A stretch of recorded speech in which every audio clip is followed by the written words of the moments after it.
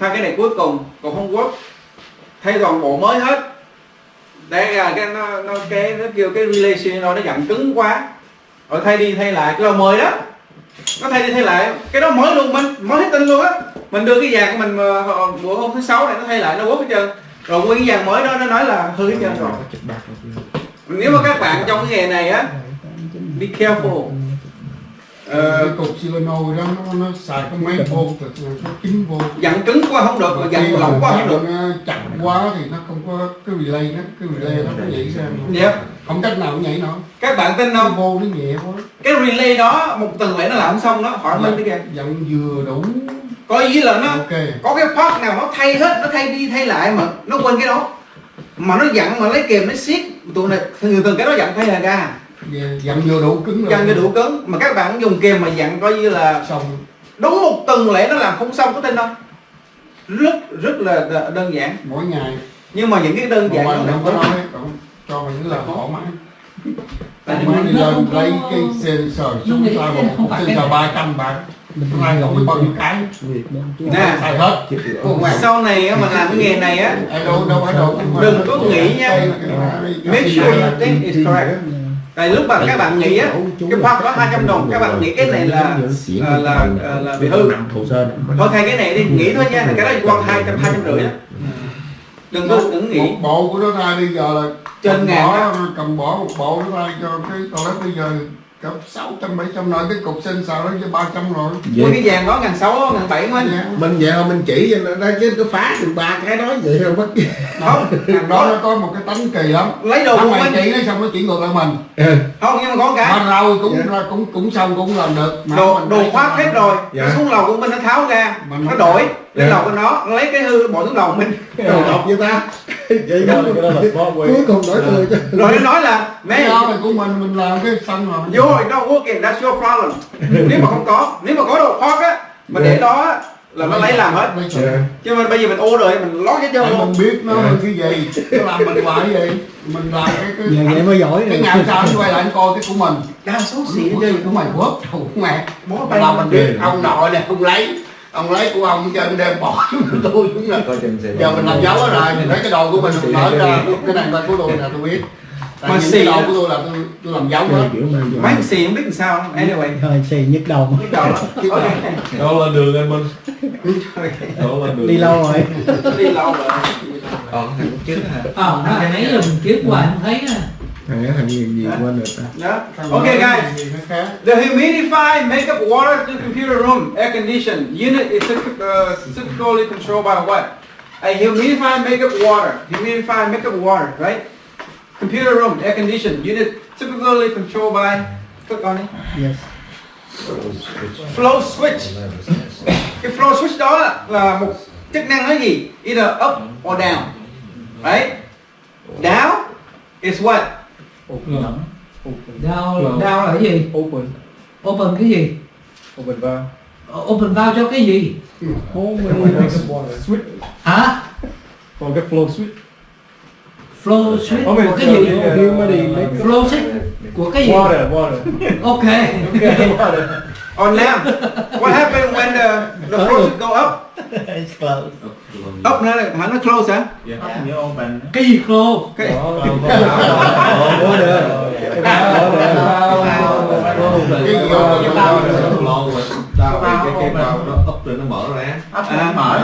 đau là nó đóng, ấy là nó mở. Đau là nó đóng. Water. Yeah. Rồi ở trong cái chỗ đó nó có cái gì? Nó có cái bóng đèn để nó làm cái đèn đó nóng lắm nha, để nó làm cái humidity đó. Cái đó là chỉ có commercial nó có thôi. Cái đó là computer room air conditioning đó ha. Cái khoách gì cái hồi nãy mình giải thích đó, computer room air conditioning đó.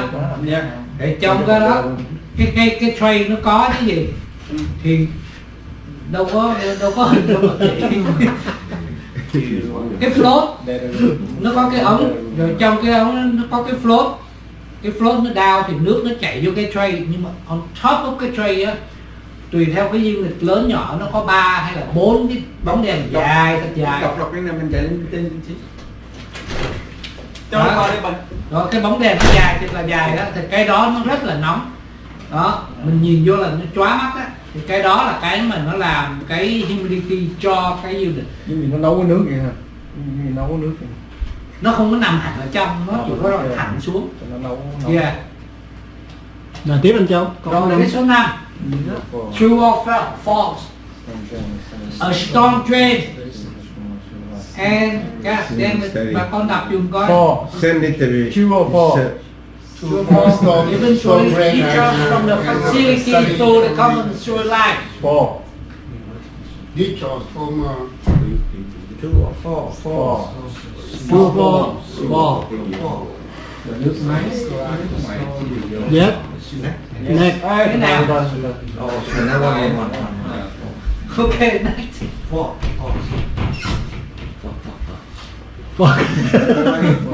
Mình làm lại cho mình.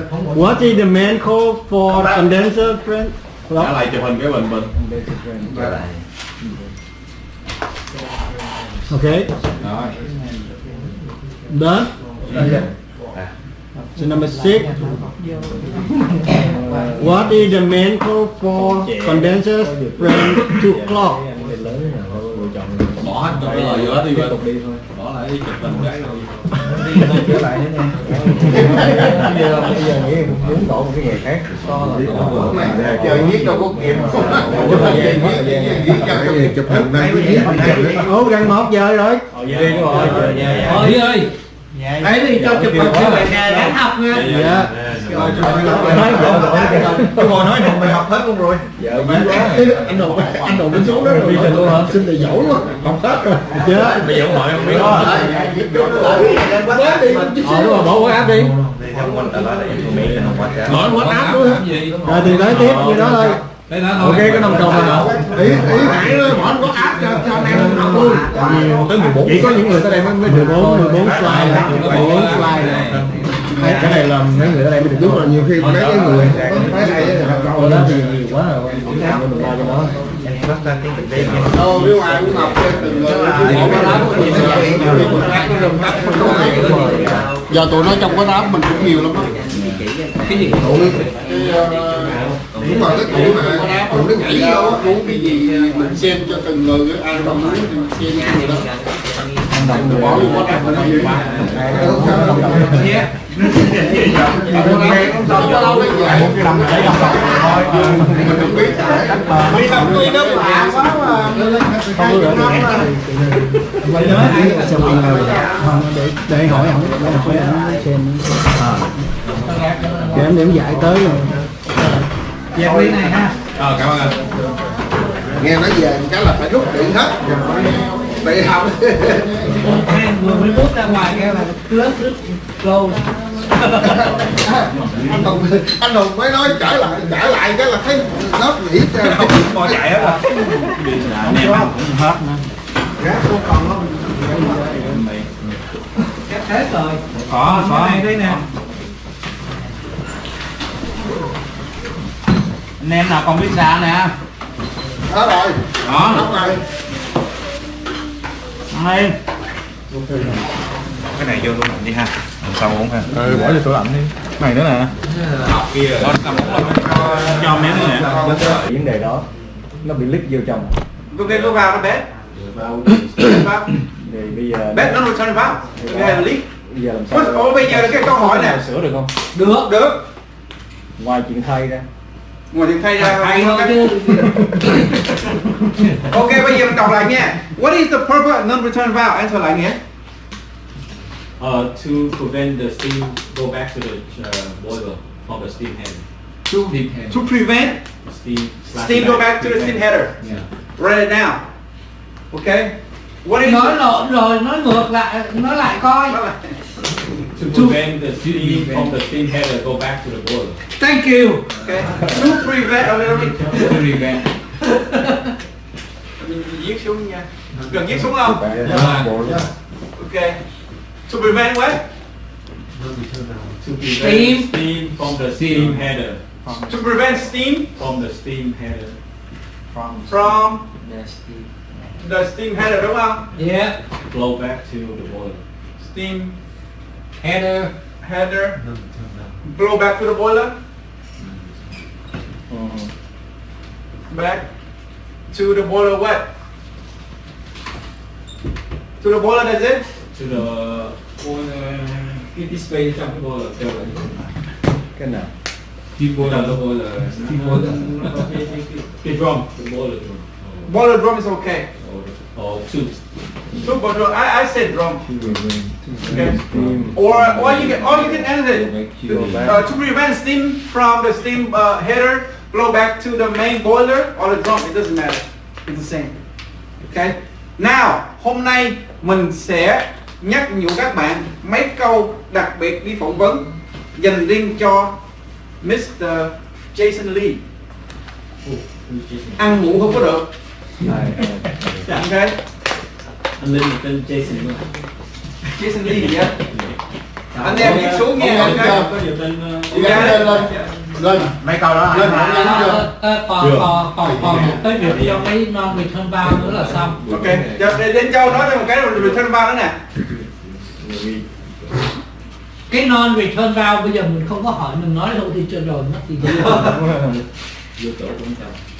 khi mà cái boiler của mình offline rồi mình muốn cái boiler back online thì trước tiên mình phải qua mất cái boiler, rồi cái non return valve đó nó sẽ khi mà mình cho cái boiler nó back up lại, tức là những cái mà air trong đó mình đã cho nó open cái air cock và nó ra hết rồi ha, nhưng mình đóng lại để nó từ từ nó build up cái steam lên.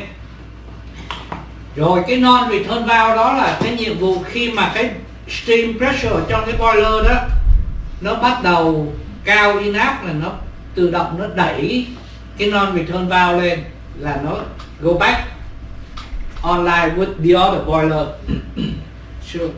So cái non return valve đó nó là cái nhiệm vụ nó tự động nó sẽ open khi mà cái steam pressure ở trong cái boiler nó cao enough để mở cái valve đó ra để nó vô steam, nó vô cái steam header. Đó là cái nhiệm vụ của cái non steam valve đó. Cái đó mình không có những cái mình không có khóa nó được. Không. Cái quen khóa được. Có những cái nó có những cái khi mà nó xong rồi thì mình mới đóng cái valve đó được. Yep. Hold nó lại. Yeah. Yep. Đó là khi mà mình completely close để mình rửa, mình inspection cái valve. Như cái piston bây giờ ở trong nó nhìn nó stuck luôn hay sao? Yeah. There's trash built up inside and then dirty sediment is not blowing down. That's what normally the cause. Nhưng mà cái đó luôn là nó có set up cho mình có hai cái gas valve để khóa chỉ thay cái non return valve. Có chứ, isolation valve, có chứ. Boiler nào cũng phải có. Từ cái boiler đi lên cái đó là không còn cái gì hết. Nhưng đó là cái valve đầu tiên. Nhưng mà nó hai both side nó đều có cái gas valve và cái close valve này. Để khi mình return, mình muốn thay cái non return valve đó mình Non return valve khi mà mình muốn thay cái đó thì before cái go to cái main header nó có một cái valve OS and Y valve. Rồi shut off, nó replace được. Rồi cái boiler đó mình phải turn off. yeah. Mình shut down cái đó. Nó cool down là mới Yeah. làm được. Yeah. Hệ thống nào cũng có chân á, tùy theo how far is the valve, where is the valve location. Bất cứ cái dàn ống nước nào, steam nào thiết kế nó đều có isolation valve shut off hết trơn á. Nhưng mà mình không biết là nó nằm ở vị trí nào thôi, gần hay là xa. Thường nó thiết kế nó nằm gần, không có xa đâu. Nó nằm gần ngay đó thôi chứ không có xa. Không có xa. Tức là mình có thể coi bây giờ mình follow cái pipe từ cái boiler đi ra, Yep. sẽ gặp cái OS and Y, nó có cái sợi dây mình kéo đó. Yep. Đó, rồi before rồi mình cho anh chắc mình đi tiếp, cái đó nó sẽ nối vô cái steam header. Thì cái đó là cái mình sẽ shut it down. Đừng có giống như Hoàng anh Hùng nói shut off valve. Ủa, nước mở ra cũng phải có chỗ shut off chứ, đúng không? If you ask your manager, hey manager, when is shut off valve? Muốn vô làm gì? Tao đi shut cho mày hả? Mày là thằng engineer mà. Nhưng mỗi lần mình vô làm tìm cái xí từ từ mình biết. Yeah, mỗi khi em vô làm cho bên đó, what you need first. đầu tiên là tìm cái chỗ Right? Không có MVP hỏi engineer, hỏi chief engineer, không có nữa làm friendly với coworker để nó cho mình biết chỉ những mình location nằm ở đâu. Right? You need to get act along with other people, they give you information. Khi mà người ta không cho mình cái information của cái building đó thì mình có plan B. Pull up NAP, request from a chief engineer, hey, can you give me a blueprint? MEP, I can find it myself slowly, but I will understand the building. Oh, chief nói, oh, don't worry. If this guy don't tell you, I have another guy. If don't, I do it. If I don't do it, I'll give you MVP. There's a number of ways to get the correct location. You need to know how to react when you go interview. They give you a lot of example how to get it. They will ask you in an interview if they need to. Okay? But just remember, be very proficient, be ready when they ask questions. Hôm nay á, các bạn yếu về cái phần này nhiều lắm nè. Mình thấy á, những anh em ở visitor trừ khi những người nào biết làm rồi biết nhiều, giống như Nghĩa bo Nam thì bó tay đắt con. Ở trong đó qua là nhiều lắm á, máy móc nhiều lắm á. Không có một có hai cái mình đi viết lót.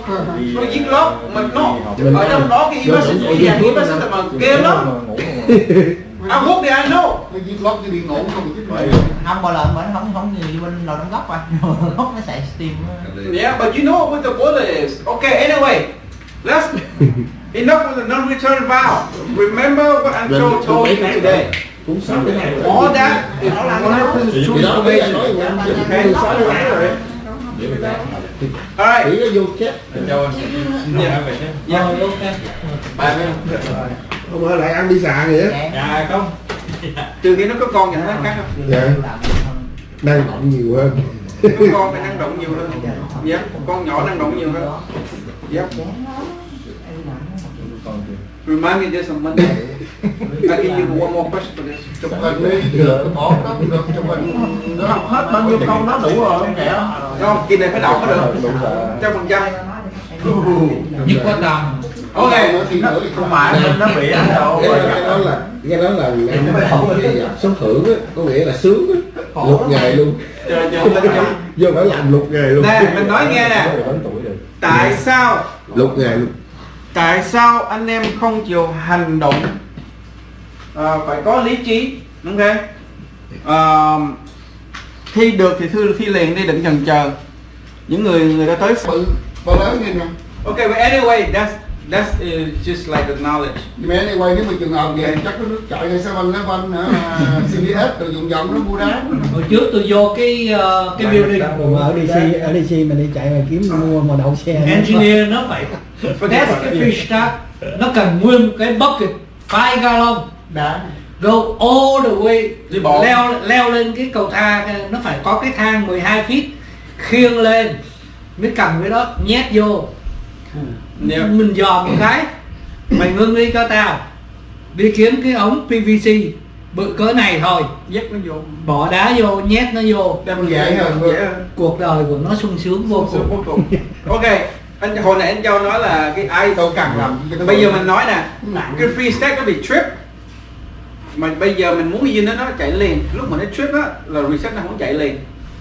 Bây giờ mình muốn cho cái free stack nó không có trip nữa thì mình sẽ làm cái gì? Ở ngay cái L engine nó có cái gì? Nó có cái damper, nó có cái door, open the door. Okay, open the door, you bring in more hot air inside, the free stack will not trip. I do that sometimes. Okay, mấy thằng nào mà biết run cái building á, just open the door. The one the hot air coming in. The door before the free start nha, chứ không phải là 12 nha.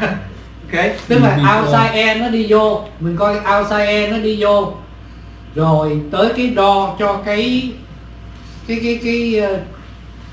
chỗ đó, nó before cái free start, thì mình lấy cái air ở trong cái building vô trong đó.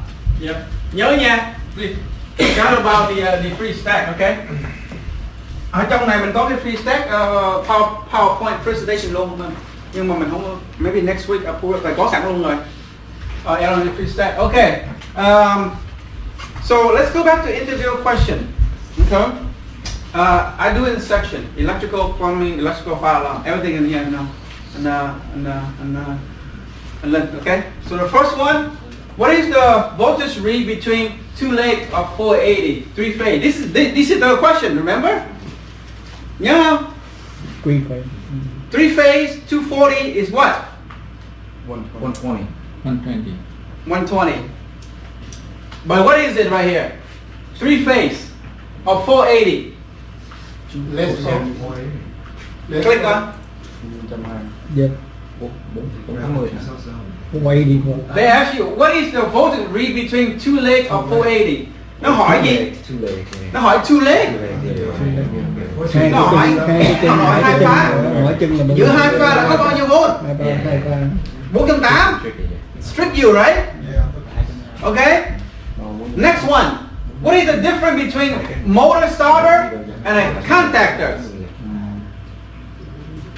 Different between motor start and contactor. What is the difference?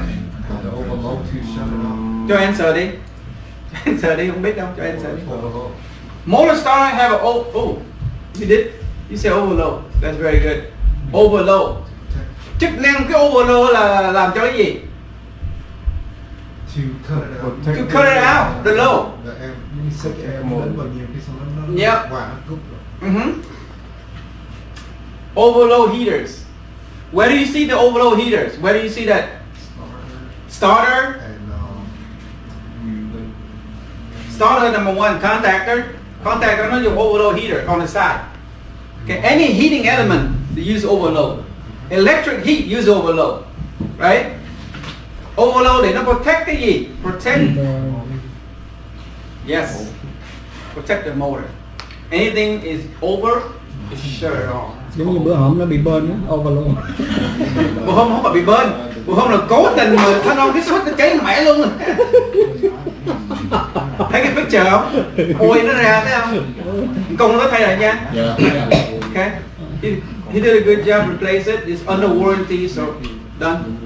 Okay. Alright. The next one. Tại sao 277V dùng nhiều thứ cho building commercial lighting system. Lighting system. Lighting có nghĩa là không phải là light nhé, không phải là điện nhé. Đèn. Nó là đèn mà. Ok. Cho đèn system. 277 gặp ở đâu? Yeah. The 277 at a residential, commercial, office, light commercial. Yeah. Where do you see them? Building. Yeah. Nhưng mà nó hỏi tại sao? Why is 277V using many commercial lighting system? Nó hỏi tại sao?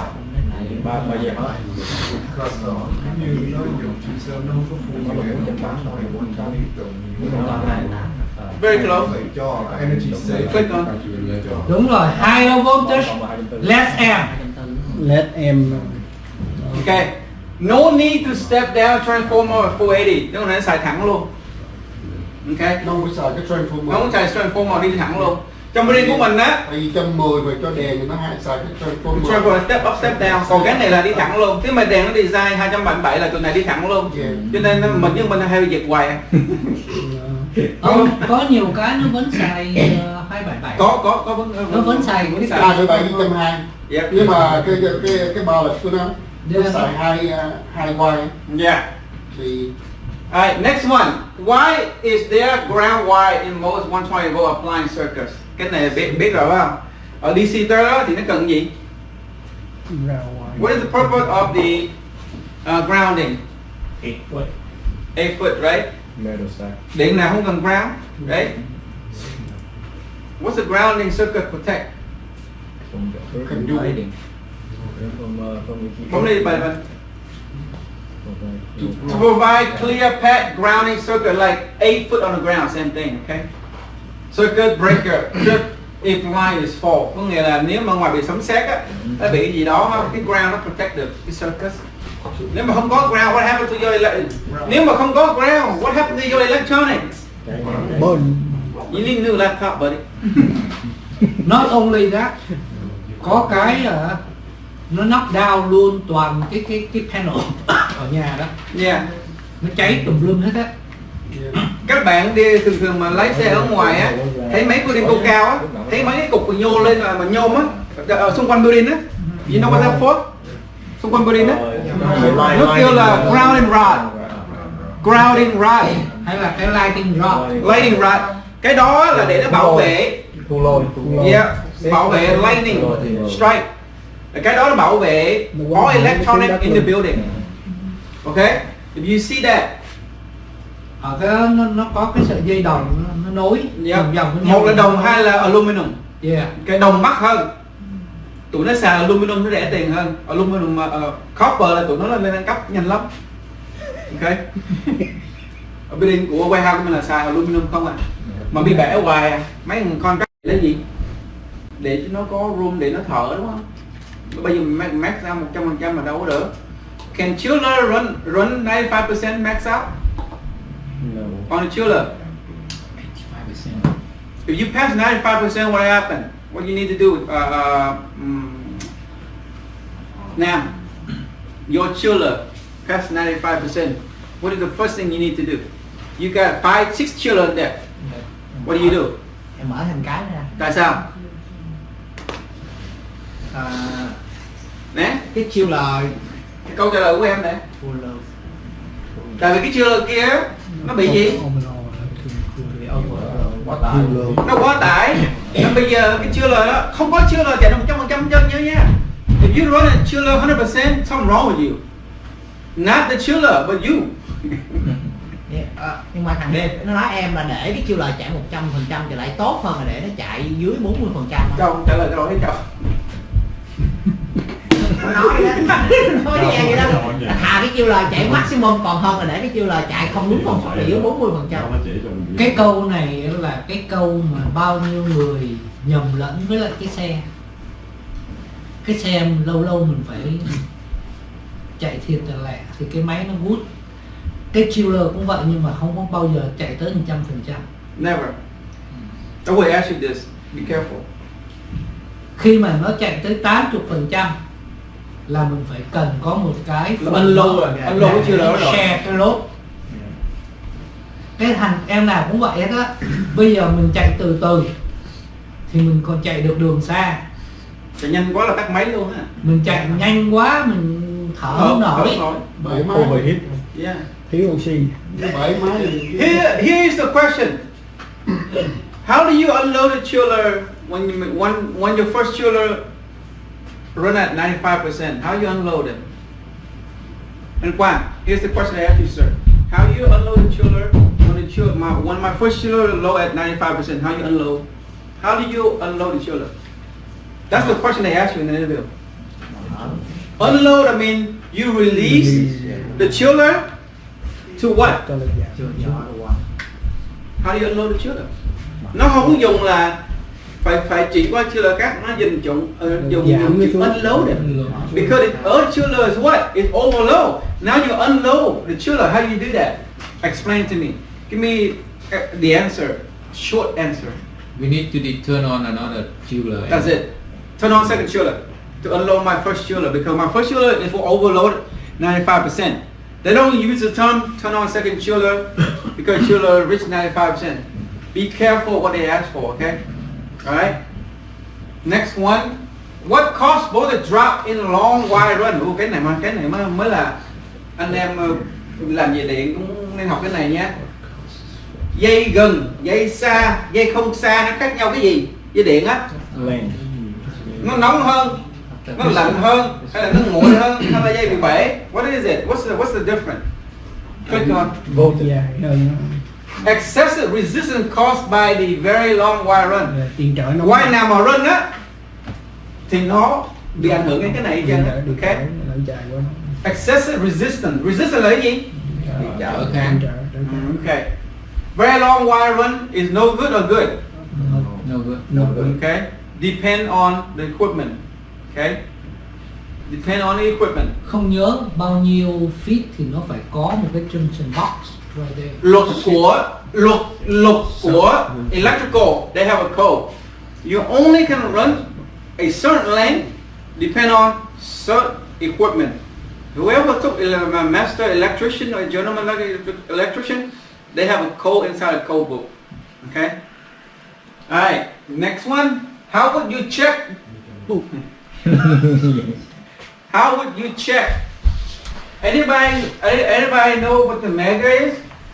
How do you check the resistance measure the building? How do you check that? How do you check? You know how to check? Dùng cái gì check anh Quang? The meter. The electrical meter. Check làm sao? Check làm sao? Vẫn luôn đi. Những lẹ luôn đi. Check Không hết đâu. Còn nhiều. thường thì mình lấy cái electrical meter mình Lấy cái lưới mình coi chỗ nào.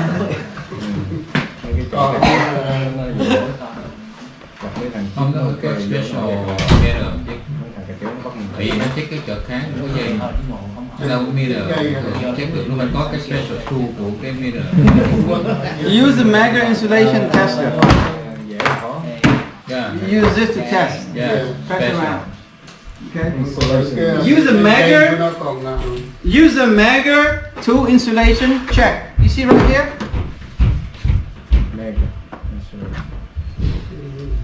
I guarantee you. Ở đây á, kể luôn của anh Châu, mình luôn. Để bây giờ mình bắt lại test Megger insulation mình sẽ quên. Mình không làm mình sẽ quên. Okay? I'll show you next week how to test this. Tại vì cái bằng DC tới của mình á, phải cần biết test cái Megger insulation. Tại vì mình sử dụng qua motor nhiều lắm. Cooling tower motor mình phải Megger nó. Okay? Any motor, you need to Megger out the motor. Okay? Lỡ thằng chip một ngày nào đó, hey Mr. Quang, I need you to Megger out that cooling tower motor. Huh? Megger what? What do I need? Or you need to ask them proper tool.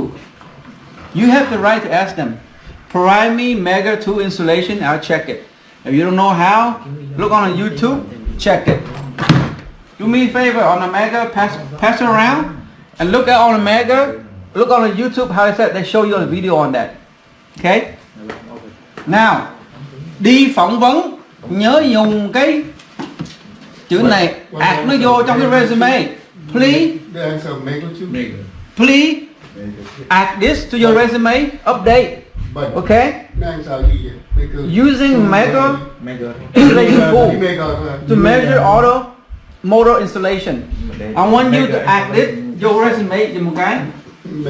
Cái này quan trọng lắm nha. Lấy câu hỏi là gì motor insulation nữa rồi. Thiếu cái câu hỏi. How would you motor insulation? Recheck the motor. Check the motor insulation. Resistance check làm sao? Mỗi cái motor nó có cái resistance của nó, có con số đặc biệt của nó. Ok? Mỗi cái motor resistance nó khác nhau. Ok? Pass it on and close this. Next one, cái đó giờ cũng bao với lại rẻ nhất 16 nghìn. Quay lại cái nãy. Nếu mua hướng dẫn là 700 nghìn. I have one 3.000 mấy. Ok. Cái đó là nhất 4 ngàn. ok. Ơi, cái này anh Quang rớt nè. Anh Quang nhớ cái này không? What is building automation? Nhớ không? Nhớ chưa? Nhớ chưa? What is building automation? I don't know. I don't know. Bây giờ để I don't know đi. Now, Đừng có để ai đâu. what is building automation? Điều khiển anh. Huh? No, answer in English for me, please. Cái đi là automatic control. Automatic controls of the building. Okay, I take one. How about ball? What is building automation do? Gì đúng ta? Automatic Operation. Control. Building automation system. Operation. Click on it, and answer it. A control system for the facility. Okay. They ask you, cái automation building làm cái gì? Control cái DC control thôi cũng được nữa. It's control. Anh Quang. Quang Điện. thì anh Quang Điện lâu quá rồi, anh Quang Điện không nói chuyện với mình tuần rồi. Yeah. Trốn đâu vậy đại ca? Giá mình đi làm là nó bị trễ cái hợp đồng của nó bắt làm. Holiday. Holiday hả? Ủa dạo này tưởng anh Quang anh đi ở qua Iraq rồi cho chúng anh em luôn rồi chứ? Dạ Nên sinh nhật bé trước em mang nhận con Con điện anh vô đây lâu lắm rồi. 5-6 năm này bữa nào là cái lớp chia sẻ gì bên Quang? Nè đang mở nè biết anh này không? Chẳng Quang. Anh Quang là thợ điện, ok, muốn làm contract thợ điện kiếm anh Quang nè, anh Linh nè, ok, làm điện giỏi lắm. Nhá phải chăng anh Quang mắc quá là anh Linh không kêu làm với nha. Yeah man. Quang này có cái CFC ổng làm Yeah. nữa chứ. Let me call you back. What? I will teach you class. Let me call you back. Lớn tuổi như vậy. Bye. Mà anh Quang nói anh bắt qua là ở Việt Nam anh bắt qua xong rồi nó có điện luôn mà. nó giỏi gì điện lắm á. Anh có điện luôn mà nó qua đâu tiếp. Đi làm Anh Quang mấy lần rồi? Dạ được 4-5 lần á. Giỏi không? Giỏi lắm mà. Rất là giỏi. Bắt qua điện xong qua đâu lại hết rồi. Lớp mình đi làm cái giáo viên Anh Quang ở cái warehouse ở Catholic University á, ok, có 2 cái meter điện, ok, cái này là nếu mà nói thiệt á là tụi Dominion là phải tới làm nha, 2 anh em làm, ok, muốn lấy cái điện của cái warehouse cho quốc mình 5 cái hot water boiler mà nó chạy 4/8 mà gắn 5 cái đó nó phải cần có cái meter để nó đọc mỗi tháng, ok, mà khi các bạn gắn cái meter thì cần ai? Cần ai? Bình thường thằng electrician nó không làm được đâu. Thằng electrician nó chỉ làm cái meter, cái box thôi. Còn cái meter á là tụi mình phải đặt nó vào đó, rồi cái tụi cao thì xuống inspect, ok, nó pass inspection đó mới đặt cái meter vào. Anh Quang mình làm luôn, không cần cái meter mà xài cái meter của thằng kia, snap nó vô, dùng cái meter thêm một cái meter private nữa để cho nó đọc luôn, có nghĩa là dùng cái nó kêu là terminal split á, là cái meter kia nó chia ra làm 2, hiểu không?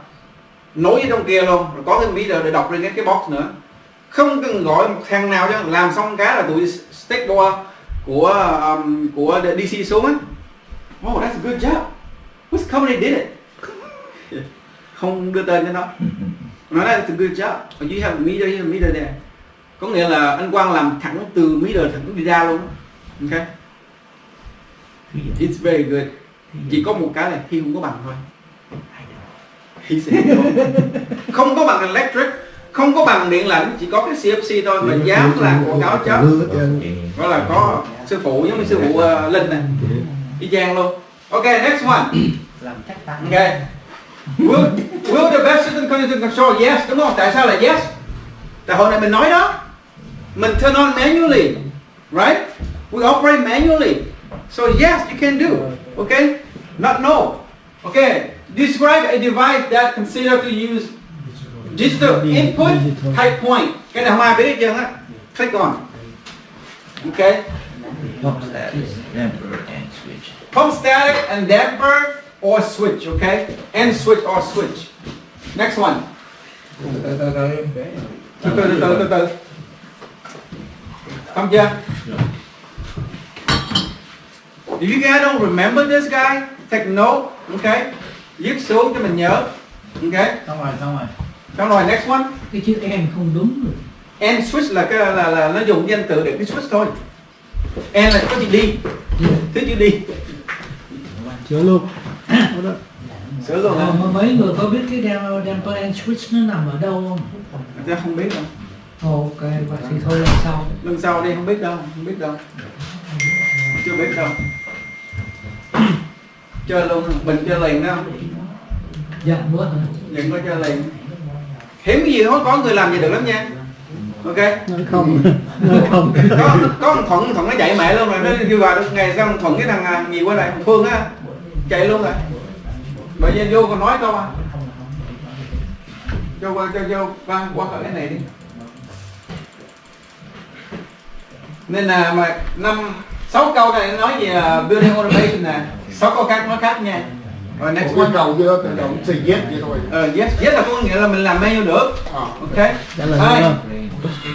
What is proportional bend. Ok, cái này nói về pneumatic nè. Click on it, but the range of control surrounding a set point. Proportion is mean between the point. Okay, giống như là cái differential vậy đó, between the point setting. Proportional. Okay, cái câu này nó ít hỏi lắm. Okay, nếu mà hỏi á, nếu mà nó hỏi là có nghĩa là range between 0 to 10. Okay, that's it. What is the pneumatic control? Cái này phải biết Nam. What is pneumatic control? Yêu Nam, Cái này building như mình này. Mấy số điểm mà. Câu nó xuất hiện nó chơi nó thú chứ. Nó sợ quá, từng tới nó không tới nữa.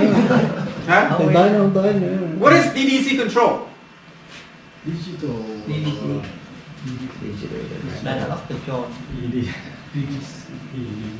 This is called dick control.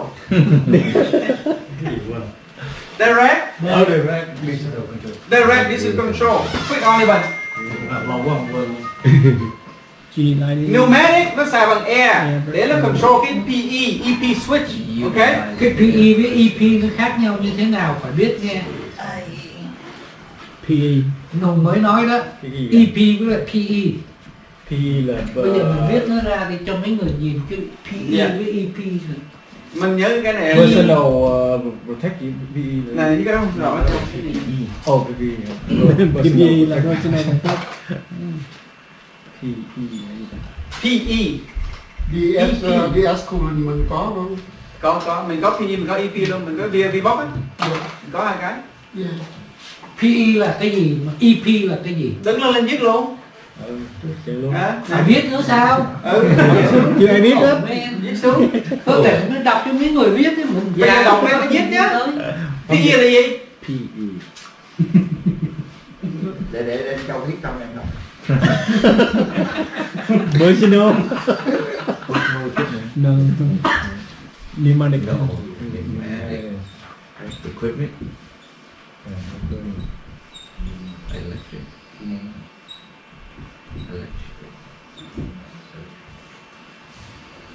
Còn cái EP ngược lại nghe. Đúng rồi. Electric. Viết luôn thôi. Ôi cha vậy luôn mà nó giống vậy là mình biết luôn EP thì nó xạo. Ok. Tại sao nó đọc là cái PE EP? Cái đồ chùi đâu rồi. Cái gì? Đố bò. Cái pneumatic nó control cái electric, mà cái còn cái EP là electric control cái pneumatic. Nó thông minh dễ sợ. Nó ngược lại đúng rồi. Yeah. Nhưng mà bây giờ cái gì nè? Cái gì nó on and off để nó release cái air vô cái damper?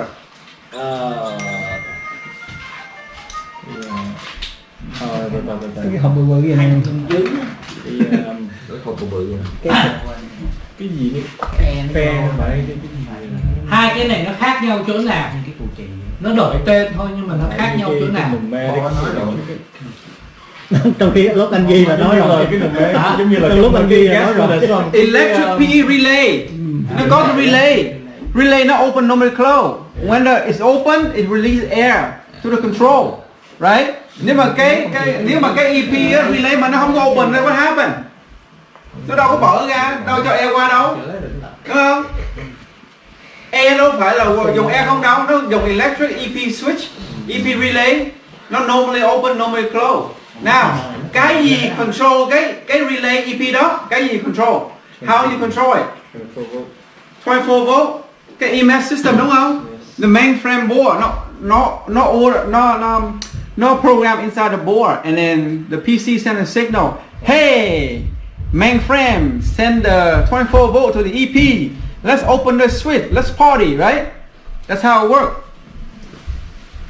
Đúng không anh Trọng? Yes sir. It's same thing. Giống như là Nam, hey, go get the bike. Nam say yes, I do. Cái switch y chang vậy đó. Okay. Alright. Do the crack. Crack.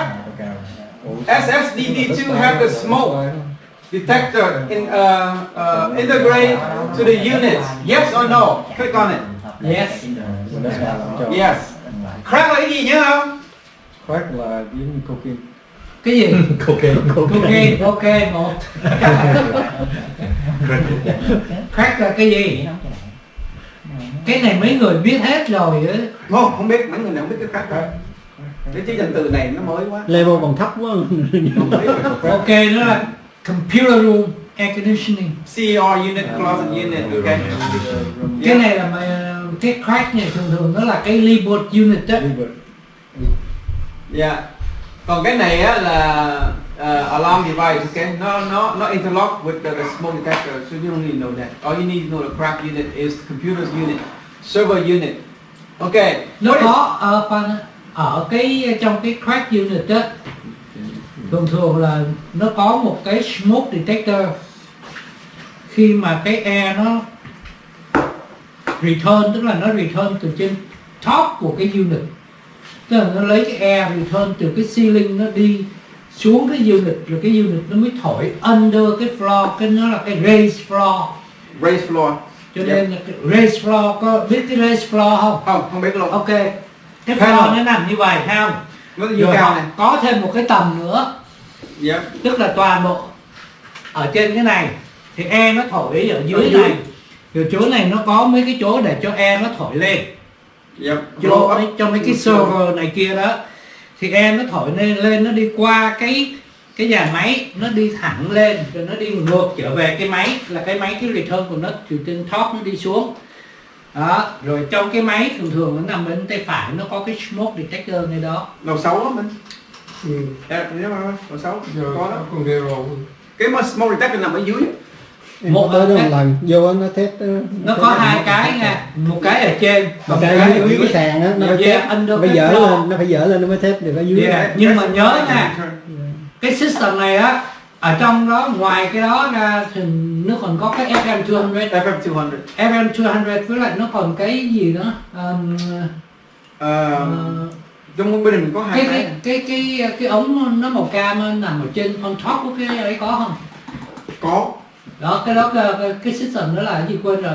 Mà có FM200. Cái đó là cái mà nó sẽ mình có độ 6. Cái reaction, cái gần đúng rồi, gần nhớ rồi. Cái đó là khi mà cái air nó return nó sẽ vô trong đó trước, rồi cái alarm nó sẽ kêu là cái false alarm. Rồi cái smoke detector là cái alarm khác. Yep. Smoke detector trên này có một cái, thẳng ở dưới có một cái. Remember, nếu mà hai cái smoke detector ở cùng một cái zone mà nó kêu là cái FM200 chỉ có 3 seconds là nó pop open. Hai cái mode inspector là hai cái khác nhau nha. Một cái là detect heat, một cái là detect khác nha. Nó nằm ngay detector á. Cái heat detector là khác nha. Okay. Cái heat detector là nó activate the FM200 đó. 3 seconds là thế mà hai cái mà nó go off là chỉ có 3 seconds, là cái FM200 là cái thanh đó nó xịt cái chemical ra đó. Chạy ra khỏi chỗ đó nha. Có 3 seconds là đủ. 3 seconds thôi. Nó xịt một cái là coi như là when in the room foggy man. You better run out. Hay là mở cửa, 3 là đứng ngoài, 1, 2, 3. Nhớ mình có 3 giây thôi đó. Chạy không kịp đâu. Mở cửa hơi lên mất hết 3 giây rồi. 3 seconds. Only 3 seconds. Okay. Thì lúc nào cũng phải để cửa open. Yeah. No, cái cửa đâu open, cái cửa đâu open đâu. Trời này mà cái cửa open. Nằm trong building. Mình nhớ là coi hình như mình có cái software, mình có cái bài học này luôn á. Nhưng mà next one, what is DX cooling? Bữa mới coi đó. Direct exchange. Coi mình. Ai hồi này ai nói gì hay vậy? Direct. Đón đại. Yeah, direct. Yep, direct. Okay. Where is DX units used? Commercial, residential. Commercial. Tại sao người ta xài cái đó vậy ta? Tại sao nó xài? Good question. Bỏ vô. DX system xài cho gì? Cho mostly server room. Okay. Some of them is for the conference room. They use DX system. Đúng không mình? Ở trong bên mình có DX. Yeah. Mình có cooler unit. Nó xài the DX system. Nó xài bằng glycol. Okay. Next one. Yeah. Now plumbing. Nobody here like plumbing. Who like plumbing? No. Nobody. Plumbing dơ lắm, right? What solder material should be avoid on potable water? Anh em nào mà đi thi cái Master of Plumbing á, this is exactly what you see on the test. Okay, click on it. Lead là gì đúng không? Okay, here's the question. G hàng HVAC được hay không? No. Sai. No. Sai. G hàng được HVAC. Tùy theo loại gì. Loại gì cho plumbing hay loại gì cho HVAC. Nó really different. Okay. Starter is for HVAC. Cho nên các anh em làm sao cho cũng biết. Xài chì cho HVAC rất là dễ. Nó mới ra cũng lâu rồi. Giống như cuộn chì bình thường nước. Cuộn chì mà nhưng mà chì nó đặc biệt. Chì của nó là high pressure, high resistance, dễ xài hơn mà không cần hơi nóng. Nó làm rất là bình thường, làm ngon ngọt sốt lắm. Mà làm cái kia thì you need flame, đúng không? Next week I'll bring that for you, so I can show you how to use that. It's very easy to use, very friendly, giống như plumbing thôi. Okay. If connection pipe comprised of different metal, what precautions need to be taken to prevent galvanized corrosion? Click đi. Okay. Dielectric fitting. Hai câu này 100% on Master Plumbing đi thi. Nếu mà không thấy chặt đầu mình đi. Okay. The Master of Plumbing is still the same question for 10 years. Mình không có đi thi, mình không thấy, mình chặt được không ta? Okay. Next one. What is the most likely cause of the flush valve? Continual flush. Cái này dành cho Mr. Vũ, dành cho Mr. Milton. Okay. Click on đi. Cái này nói về là cái slow valve đó. The diaphragm nó bị dơ nè, lâu ngày quá cái cao su nó bị đen đi thì nó sẽ nở ra, nó nở ra nó bị stuck.